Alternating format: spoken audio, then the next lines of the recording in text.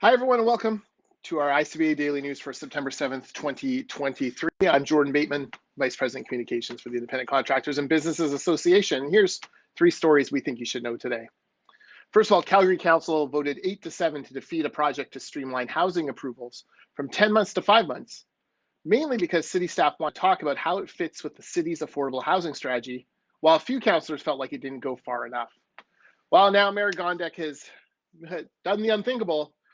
She's going to hold a Saturday council meeting. That's right, politicians working on a Saturday, heaven forbid, in order to discuss this and other parts of this affordable housing strategy. Meanwhile, as these politicians fiddle, the household income required to purchase an average home in Calgary is now $156,000 a year. What's the average current income of a household in Calgary? About $98,000 a year. So a big disconnect there. Whatever is going to happen on Saturday, Calgary needs to get more housing built now. And they're not alone. I pretty much could copy and paste that for virtually every municipality across the country. Second piece of news. After the BC and Vancouver city governments announced close to $18 million in joint grants to build a new daycare facility near BC Children's Hospital, it took them 2 years to get construction going. I don't know why. Government, nothing moves quickly, I guess. But they've been shocked, I say, to discover that over those 2 years, construction costs have gone up 24%. We've been telling folks for a while that construction costs are escalating at about 1 to 2% per month. So it doesn't surprise us that if you delay construction by 2 years, you're going to see prices go up for that construction by 24%. They snooze, we lose. That's right. Politicians, again, not moving quick enough in order to build the infrastructure we need.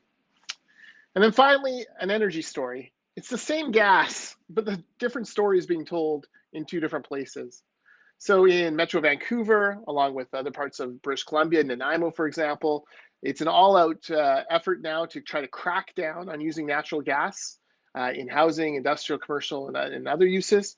The belief is that will help cut greenhouse gas emissions in British Columbia. Of course, it means we have to use more electricity, which no one seems to ever take into account that we don't have enough electricity to power all this stuff. But short-sighted bureaucrats deciding that they want to crack down on natural gas. So that's one story we're telling here.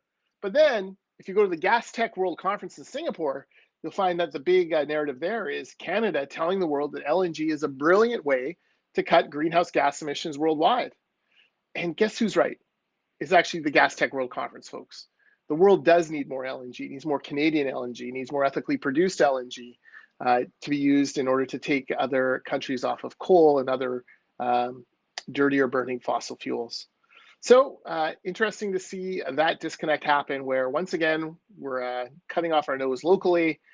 All this stuff comes back down to cost. When construction on a daycare takes too long and taxpayers have to foot 25% more in order to build it, that's cost for taxpayers. That affects affordability.